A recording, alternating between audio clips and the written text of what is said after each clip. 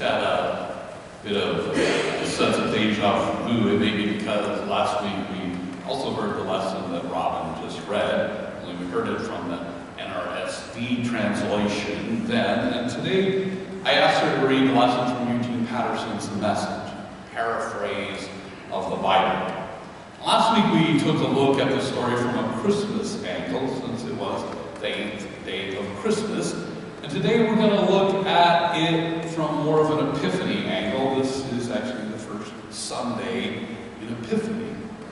And the story of the Magi crosses into our ideas of both Christmas and Epiphany. It doesn't have to be confusing, but sometimes it can be. I read about a young boy who was asked what he learned in Sunday school about the wise man, and his version of today's lesson went like this. On the first Christmas, there was no Santa. So 3 men had to deliver toys to baby Jesus on camels. And since they didn't have Rudolph's red nose to guide them, they used a spotlight in the sky to guide them around. Because the Magi could have been both men and women. Last week I referred to them as the wise ones, and I'm going to mostly do that today too. Some think the story is a record of an historic happening. Others think of it as a story meant to be understood as metaphor. Either way is okay to believe, whether we think of the verses about the wise ones as history recorded or a story, a parable, and metaphor. We still all end up at the same point. We need to get there by focusing on what the story means. The verses have no meaning, they have no point. So one way or another, we've got to make sense of them, or at least try. The little child in the sermon illustration made meaning out of the story, overlaying it with what he knew about Christmas. That's what makes it cute and funny. He mixes Christmas stories up so they make sense to him in light of one another. And actually, I find it interesting that his version, while it was posted on an internet Christmas humor page, actually comes close to how Epiphany is celebrated in other parts of the world. In other cultures, 3 wise men are traditionally said to deliver toys to children on camels, much like our Santa from his sleigh does in our culture. I think that's kind of cool. The meaning of the modern gift-bearing wise men and St. Nick's stories are both meant to bring what we tend to call the spirit of Christmas, love, to little ones. Isn't that what Santa does in our culture's Christmas legend? There are other ways to understand the meaning of the story of the wise ones from today's reading, besides as a Santa-like tradition in another culture. Although it's not in the Bible, as far back as the 8th century church leaders embellished the story of the wise ones, adding details that aren't in the text. Well, the Bible account only says there were gift-bearing magi from the east. The stories passed down in our culture have set the number at 3 and made the Magi's king, male royalty. Some stories have even given them names and physical descriptions. For more than 1,200 years, the most prevalent embellishment has indicated that one of the Magi was called Melchior and was old and white and had a beard. Another of the Magi was Gaspar, and in the story he's young and beardless and ruddy, and another is Balthazar, a black man with a full beard. These are the legendary 3 kings of the Orient who bear gifts for Jesus over moor and mountain in our song about the Magi. The story of the Magi, the wise ones, is about Gentiles honoring Jesus by trudging from afar, bearing royal gifts of gold and frankincense and myrrh to give to God's choice for King of the Jews, not Herod, baby Jesus. And while these learned ones from the east get who is meant to be the real King of the Jews and honor him, Herod, the pretender King of the Jews, behaves badly and goes berserk, doing evil things in an effort to kill God's chosen. Herod even hears from his learned men that the scriptures point to this babe as God's chosen one, but such knowledge only prompts him to commit atrocious violence on innocent children and their families. Magi, you see, are able to find the light of the world by taking time to discern nature's signs. And while Herod ignores the scriptural signs that are right in front of him, Rome's chosen king wishes to destroy God's chosen king, while those outside of Rome's grasp to whom homage is owed, and to whom the honor of King of Jews really belongs, they quickly figured out. Well, put another way, the story can be heard to mean that those who follow the way of darkness refuse to follow the light, even snuff it out when they're told where it is. They choose to turn from light and create and follow darkness. Those who follow the way of the light end up at the light. They have an epiphany of light, but also of the need to follow it and honor it and keep it shining for others. In this way of hearing the story, they are our role models. We're supposed to be like the Magi, the wise ones. We too are to be seekers of Christ, the light of the world. Well, those are some pretty powerful messages and meanings, and we can hear them and appreciate them, whether we think the story is intended to be historically accurate or think of it as parable and metaphor. One way or another, the truth of that way of hearing the story is that evil leads away from light, which is God.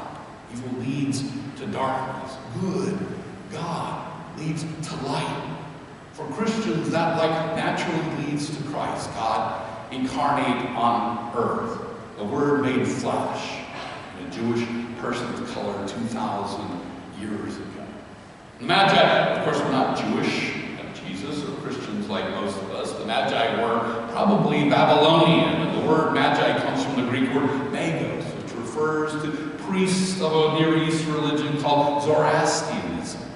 Magi were known to study the stars and have an expertise in astrology, which at the time was thought to be a very highly regarded science.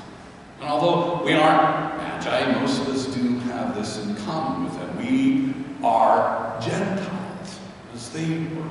All non-Jewish people are Gentiles, and by definition have a different religion than Jesus, and Mary, and Joseph, and all of the disciples, and even Paul. Gentiles came to Christ from afar way back in today's lesson. And we still do. Most of us in this room actually came to Jesus at some point in our lives, thousands of miles and thousands of years from ancient Bethlehem. And most of us are from Gentile backgrounds. A lot of us even arrive at our initial viewing of Christ after a long travel through life, hills and valleys, deserts and oases, good times and bad times.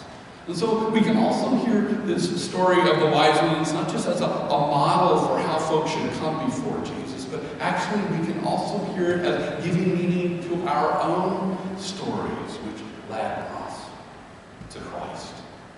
What I'm suggesting is a little different than how the story is usually held up. Instead of hearing it as just a lesson on how we pay homage, it can also be heard as representing how we all got here at church with our own epiphanies of the light.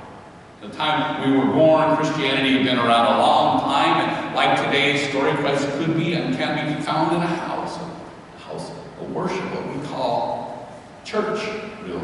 And by Christ I mean simply and admittedly all of its complexity, God incarnate in the world, and in particular humans. Christ understood and experienced as the immanence of the divine in creation at any given moment in our lives. That's what I mean by Christ. I know that a lot of us tend to hear the word Christ as meaning Jesus, and that's okay. I just want to suggest for this metaphor that we can also hear it as meaning our experiences of God in our lives. Christ as God here and now, incarnate in us and all around us. God embodied in creation, Christ for all our lives has typically been found in houses of worship. But God actually soaks all of creation through and through. And so God is, as Paul taught, what we live and move, have And many of us have found that we can especially experience God in a house of worship among humans in a loving community, which is why most of us have come. Christ in church has, if you will, been tended to and looked over like Mary, like Mother Church with a capital C. We all come following the light, bearing gifts to Christ. In fact, there are a variety of gifts that we bear, which we discussed in detail last week. The gifts we each bring to Christ as followers of Christ can vary over time. Some of us can bring resources, some of us a talent or talents, and time to donate. Our gifts are as varied as we are.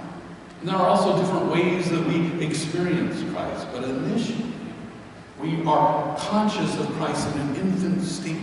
We know only a little about Christ when we first begin to pay homage. So we can imagine an infant Christ, a house of worship being watched over by church as a careful parent awaiting our arrival. That time when we feel called to come to Christ's house, a community like this. When we first wander in of our own accord and find Christ, gladly begin to pay homage.